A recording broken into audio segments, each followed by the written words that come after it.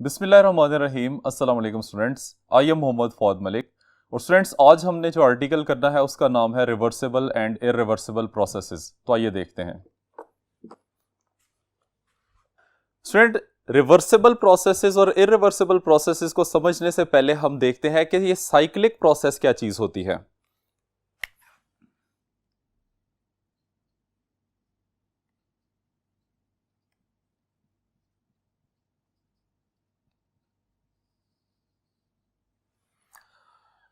Students के लिए imagine करें कि हमारे पास एक सिस्टम है जिसमें हमने एक गैस को एनक्लोज किया हुआ है और मूवेबल पिस्टन है।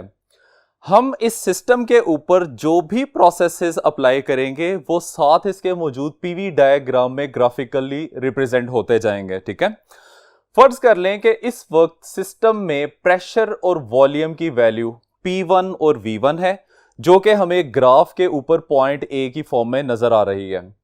स्टूडेंट, सबसे पहले हमने इस प्रोसेस में प्रेशर को कांस्टेंट रखते हुए सिस्टम को एक्सपेंड करवाना है, तो जो प्रोसेस बन जाएगा that is known as isobaric process, जिसमें प्रेशर की वैल्यू कांस्टेंट रहेगी और हमने सिस्टम को चूंकि एक्सपेंड करवाना है, इस वजह से ये बन जाएगा आइसोबैरिक एक्सपेंशन प्रोसेस। अब सिस्टम को कांस्टेंट प्रेशर पे एक्सपेंड करवाने के लिए हमें सिस्टम को एक्सटर्नली हीट प्रोवाइड करनी पड़ेगी।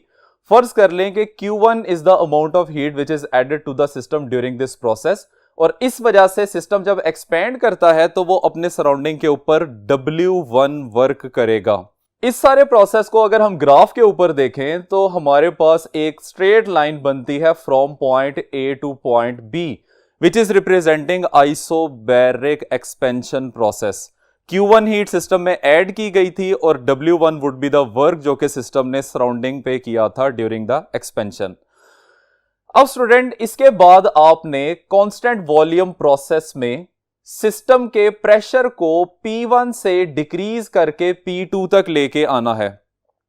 यह प्रोसेस आइसोकोरिक प्रोसेस बन जाएगा। अब जब सिस्टम को आप कांस्टेंट वॉल्यूम के ऊपर प्रेशर डिक्रीज करते हैं तो इस सिचुएशन में हमें सिस्टम से Q2 हीट जो है उसको एक्सट्रैक्ट करना पड़ेगा, जिसकी वजह से प्रेशर की वैल्यू P1 से डिक्रीज होकर P2 तक चली जाएगी। और यह प्रोसेस ग्राफ पे हमें B से C लाइन की फॉर्म में नजर आ रहा है। अब स्टूडेंट, हमने सिस्टम को कांस्टेंट प्रेशर पे कंप्रेस करना है, तो रिजल्टिंग प्रोसेस आइसोबैरिक कंप्रेशन बन जाएगा, जिसकी वजह से सिस्टम को चूंकि हम कांस्टेंट प्रेशर के ऊपर कंप्रेस कर रहे हैं तो इस वजह से सिस्टम में से Q3 हीट को एक्सट्रैक्ट करना पड़ेगा, और यहां पे सराउंडिंग सिस्टम के ऊपर जो वर्क करती है उसको हम नाम दे देते हैं W2। और अगर आप इसी प्रोसेस को ग्राफ के ऊपर देखें तो ग्राफ पे ये हमें लाइन C से D की फॉर्म में नजर आ रही है। अब स्टूडेंट, हमने फाइनली आइसोकोरिक प्रोसेस में सिस्टम के प्रेशर को P2 से इंक्रीज करके P1 तक लेके जाना है, जो कि हमारी initial state of the system भी है। इसके लिए हम क्या करेंगे, कांस्टेंट वॉल्यूम के ऊपर सिस्टम को हम Q4 हीट प्रोवाइड करेंगे, जिसकी वजह से उसका प्रेशर इंक्रीज हो जाएगा, और तब तक हमने प्रेशर को इंक्रीज करते जाना है जब तक P2 की वैल्यू P1 के इक्वल नहीं आ जाती। तो इस तरह से जहां से हमने प्रोसेस को स्टार्ट किया था, हम डिफरेंट प्रोसेसेस से मूव करते हुए दोबारा हम उसी पॉइंट A पे, जिसको initial state of the system कहते हैं, उस तक आ जाते हैं। अब स्टूडेंट, इसमें यह बात याद रखिए कि A से B वाला ग्राफ और C से D वाला ग्राफ, ये दोनों प्रोसेसेस एक दूसरे के इनवर्स हैं। यानी कि A से B तक मूव करते हुए सिस्टम में जितनी हीट हमने प्रोवाइड की थी और सिस्टम ने जितना वर्क किया था, वो C से D वाले कर्व में मौजूद हीट एक्सट्रैक्टेड यानी Q3 के इक्वल होगा। इसका मतलब यह हो गया कि थर्मल और मैकेनिकल चेंजेस सेम रहती हैं। हम इसको इस तरह से डिस्क्राइब कर सकते हैं कि एक ऐसा प्रोसेस जिसमें डिफरेंट प्रोसेसेस से होते हुए आप initial state of the system पे वापस आ जाएं, इसको साइक्लिक प्रोसेस कहा जाता है। तो आइए इसकी डेफिनेशन लिखते हैं। कहता है कि अ succession of events which brings the system back to its initial state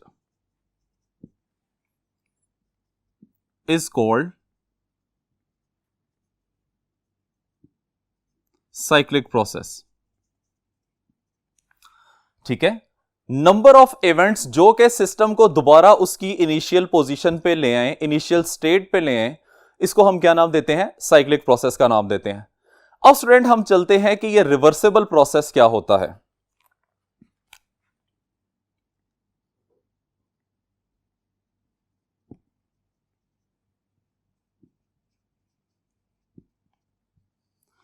reversible process को डिफाइन किया जाता है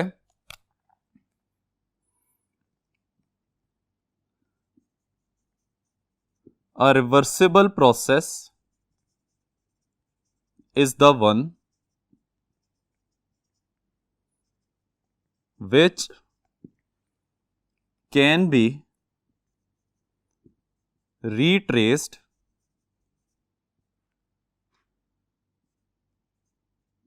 to its initial state without leaving any change in the surrounding.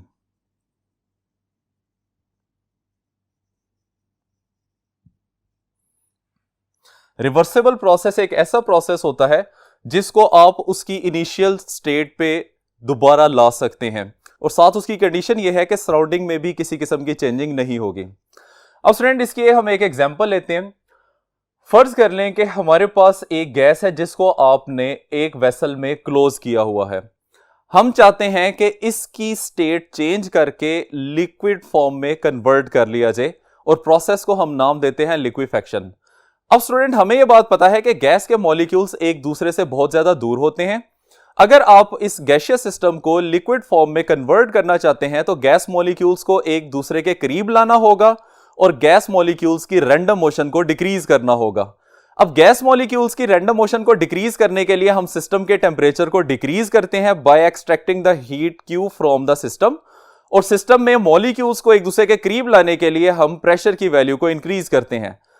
तो यहां से हमें यह पता चलता है कि जब भी आप एक गैसियस सिस्टम को लिक्विड स्टेट में कन्वर्ट करना चाहते हैं तो हमें हाई प्रेशर और लो टेंपरेचर में सिस्टम को प्रोसीड करवाना पड़ेगा, जिसकी वजह से मॉलिक्यूल्स की रैंडमनेस कम होती है और मॉलिक्यूल्स एक दूसरे के करीब आ जाते हैं और उनके दरमियान में बाइंडिंग फोर्सेस जनरेट होती हैं और हमारा सिस्टम गैसियस स्टेट से लिक्विड स्टेट में कन्वर्ट हो जाता है।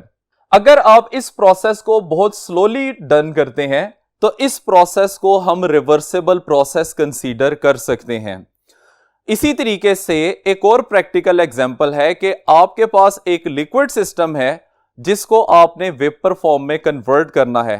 तो जब हमने गैसियस स्टेट से लिक्विड स्टेट में सिस्टम को कन्वर्ट किया था तो हमने हाई प्रेशर और लो टेंपरेचर की कंडीशन यूज की थी। अब अगर हम सिस्टम को लिक्विड से गैसियस स्टेट में कन्वर्ट करना चाहते हैं तो अब हमें कंडीशन को भी रिवर्स करना पड़ेगा, जिसमें प्रेशर की वैल्यू लो हो जाएगी और टेंपरेचर की वैल्यू हाई हो जाएगी। इस तरह से होता यह है कि मॉलिक्यूल्स की रैंडमनेस इंक्रीज करती है और प्रेशर डिक्रीज होने की वजह से उनके दरमियान जो बाइंडिंग फोर्सेस होती हैं एक वक्त ऐसा आता है कि वो ब्रेक हो जाती हैं और लिक्विड जो है वो अपनी स्टेट को चेंज करके वेपर्स की फॉर्म में कन्वर्ट होना शुरू हो जाता है। तो इन दो प्रोसेसेस को हम कंसीडर कर सकते हैं कि ये दोनों रिवर्सिबल प्रोसेसेस हैं। ऑल्दो जितने भी प्रोसेस डेली लाइफ में एग्जिस्ट करते हैं वो सारे के सारे इररिवर्सिबल होते हैं, क्योंकि जब भी आप हीट को मैकेनिकल एनर्जी में या किसी और फॉर्म ऑफ एनर्जी में कन्वर्ट करते हैं तो कुछ ना कुछ अमाउंट ऑफ हीट ऐसी होती है जो कि सराउंडिंग में जाया हो जाती है, जिसको हम रोक नहीं सकते। इस वजह से तमाम एक्चुअल प्रोसेसेस जो है वो इररिवर्सिबल होते हैं। आइए स्टूडेंट्स अब हम इररिवर्सिबल की डेफिनेशन लिखते हैं। Irreversible process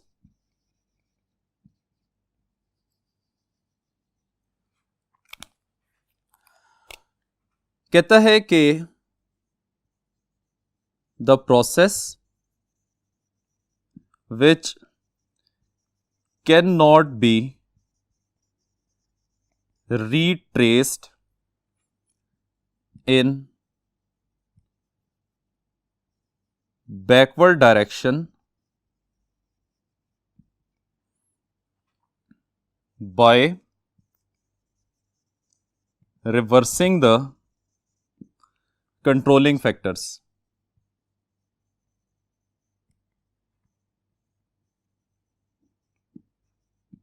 is called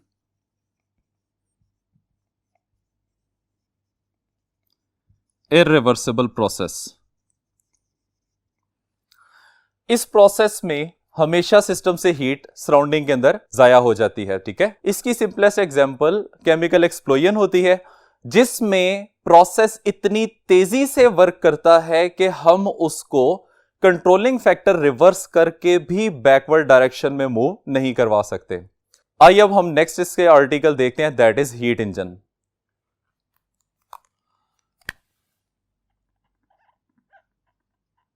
heat engine,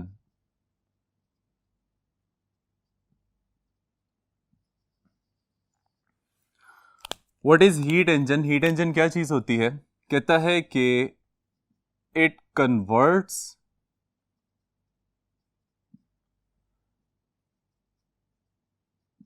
heat और thermal energy into mechanical work. एक ऐसा डिवाइस जो कि हीट एनर्जी को मैकेनिकल एनर्जी में या मैकेनिकल वर्क में कन्वर्ट करता है, उसको हम क्या नाम देते हैं? हीट इंजन का नाम देते हैं। अब इसका आइडिया किस तरह से हमारे ज़हन में आया? तो उसके लिए स्टूडेंट्स हमें यह बात पता है कि अगर एक वेसल में आप वाटर को बॉयल करते हैं जिसका लिड क्लोज्ड है, वाटर जब स्टीम में कन्वर्ट होता है तो वो लिड को ऊपर की तरफ उठाता है और ये बात जाहिर करता है कि steam has ability to do work. और यही आइडिया फर्स्ट स्टीम इंजन बनाने में यूज किया गया था, जिसको आपकी बुक की साइड इंफॉर्मेशन में दिखाया गया है। अब स्टूडेंट स्टीम इंजन किस तरह से वर्क करता है, तो उसके लिए देखिए, पहले हम इसके पार्ट्स डिस्क्राइब करते हैं, उसके बाद फिर इसकी वर्किंग को एक्सप्लेन करेंगे।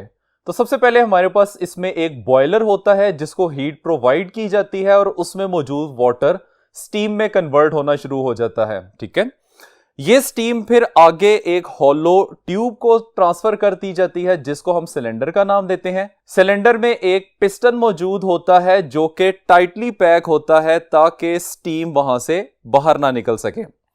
पिस्टन के साथ एक रॉड अटैच होती है जिसको हम पिस्टन रॉड कहते हैं, जो कि आगे एक और रॉड के साथ अटैच होती है जिसको हम ड्राइविंग रॉड कहते हैं।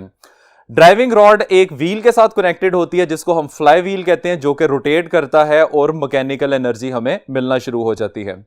अब स्टूडेंट ये वर्क किस तरह से करता है कि बॉयलर में हम वाटर को बॉयल करके स्टीम में कन्वर्ट करते हैं और वो स्टीम सिलेंडर में आ जाती है। अब स्टीम चूंकि एक्सपेंड कर रही होती है तो उसकी एक्सपेंशन की वजह से वो पिस्टन के ऊपर एक प्रेशर अप्लाई करती है, जिसकी वजह से पिस्टन सिलेंडर में back and fourth motion perform करना शुरू कर देता है और रिजल्टिंग उसके साथ अटैच्ड पिस्टन रॉड भी बैक एंड फोर्थ मूव करती है और इस तरह से ये एनर्जी ट्रांसफर कर दी जाती है टू द ड्राइविंग रॉड। और ड्राइविंग रॉड चूंकि फ्लाई व्हील से अटैच होती है तो जिसकी वजह से फ्लाई व्हील रोटेट करना शुरू कर देता है और इस तरह से स्टीम इंजन हीट एनर्जी को मैकेनिकल एनर्जी में कन्वर्ट करता है। अब स्टूडेंट्स हम देखते हैं कि हीट इंजन के एसेंशियल पार्ट्स कौन कौन से हैं।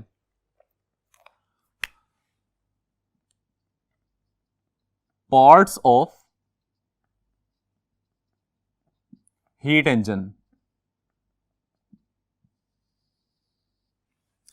स्टूडेंट अभी जो हमने स्टीम इंजन की एग्जांपल देखी है उसमें हमारे पास सबसे पहले एक अदद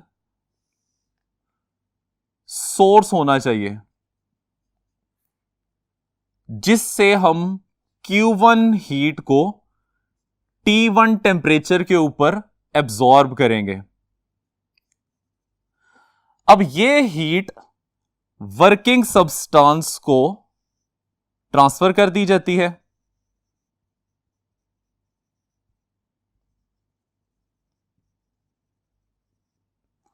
वर्किंग सब्सटेंस क्या चीज होती है? ये एक ऐसा डिवाइस होता है जो कि सोर्स से हीट को एब्जॉर्ब करता है और उसके कुछ एनर्जी का वर्क करता है, जिसको हम मैकेनिकल एनर्जी भी कहते हैं।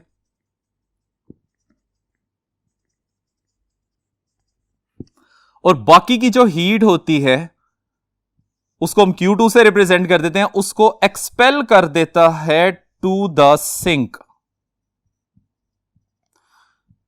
जिसका टेम्परेचर T2 होता है। और कंडीशन आपने याद रखनी है कि T1 is always greater than T2।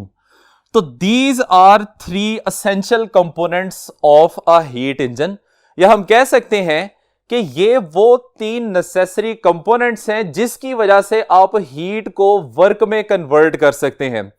अगर इसमें से कोई से 2 या कोई एक कंपोनेंट भी मिसिंग है तो कभी भी आप हीट को वर्क में कन्वर्ट नहीं कर सकते।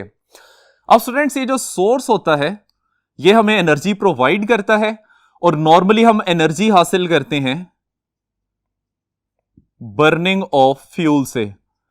अब फ्यूल किसी भी किस्म का हम यूज कर सकते हैं, वो पेट्रोल हो सकता है, डीजल हो सकता है, कोल हो सकता है, ठीक है।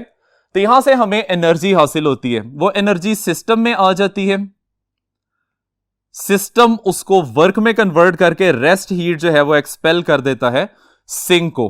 अब यहां पे सिंक जो है दैट इज आवर एटमॉस्फेयर।